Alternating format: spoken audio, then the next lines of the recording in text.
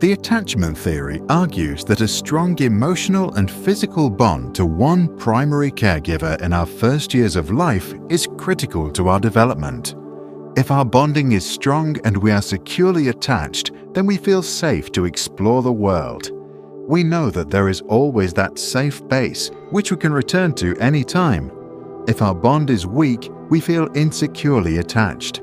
We are afraid to leave or explore a rather scary-looking world, because we are not sure if we can return. People who are securely attached are said to have greater trust, can connect to others, and as a result are more successful in life.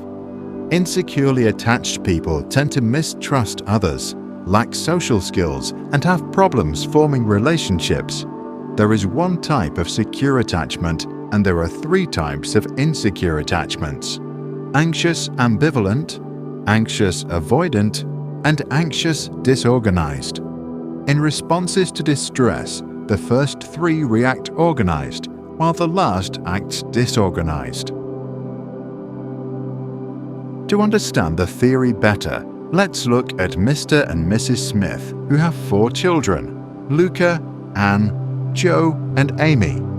The Smiths are lovely parents who cuddle, make frequent eye contact, speak warmly, and are always there for their kids. But one day, Mr. Smith falls very sick and dies. For Mrs. Smith, life now becomes very difficult. She spends all day working, while at the same time trying to care for her children. An impossible task. At 6 years of age, Luca's brain is for the most part developed, his character strong and his worldview shaped. The new situation does not affect him much. He knows there is still always Mum, his safe haven. He feels securely attached. Later, he turns into a trusting and optimistic young man. His self-image is positive. Anne, who is 3, has problems coping with the new lack of attention. To Anne, her mother now acts unpredictably. She is anxious about their relationship and as a result becomes clingy. To get her mum's attention, she has to raise her emotional state and scream.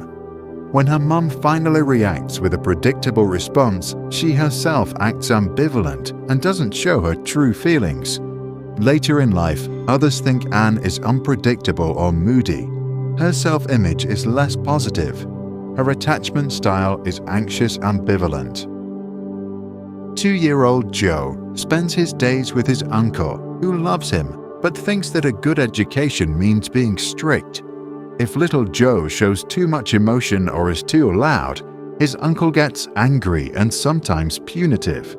This scares Joe. He learns that to avoid fear, he has to avoid showing his feelings, also in other situations. As an adult, he continues this strategy and has problems entering relationships. His image of himself is rather negative. His attachment is anxious avoidant.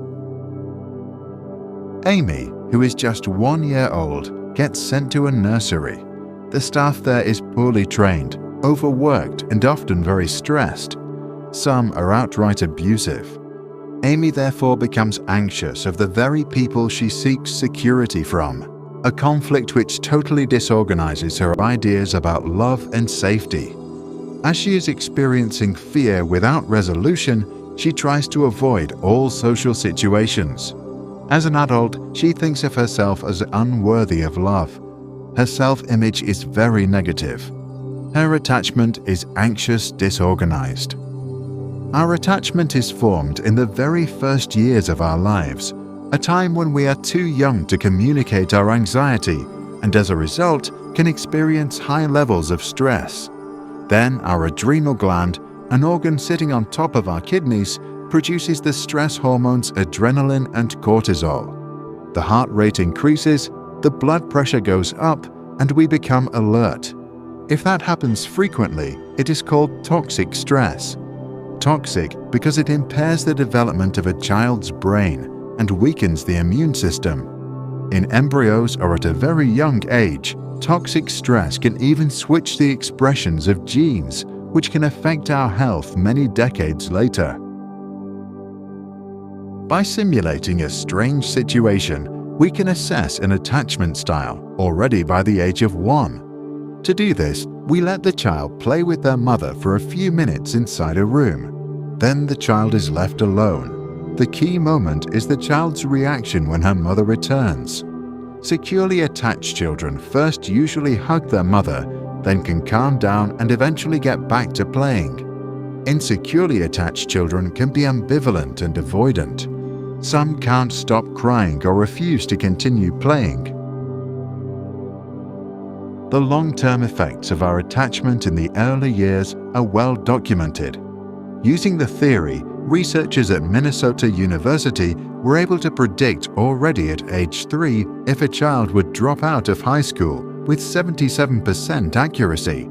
In another study, undergraduates at Harvard were asked to assess how close they felt to their parents. 35 years later, they were asked about their health. 91% of those who said they had a rather broken relationship with their mother were also diagnosed with health issues, including coronary artery disease, hypertension, and alcoholism. For those that had reported a warm relationship, the figure of poor health diagnosis was just 45%. But there is another reason why the early years deserve special attention. They are the starting place for subsequent behaviors. A kid that feels securely attached at age 2 can make friends at kindergarten. Their worldview gets reinforced with every interaction, and they develop optimism. As a result, they make good relationships at school, then at college, and later at work. Highly insecurely attached children can miss out on this opportunity. Psychologist John Bowlby, a pioneer in attachment theory, allegedly said, "What cannot be communicated to the mother cannot be communicated to the self." In other words, those who feel insecurely attached might not quite understand themselves. To get to know who they are and what they feel, they might have to go way back in time.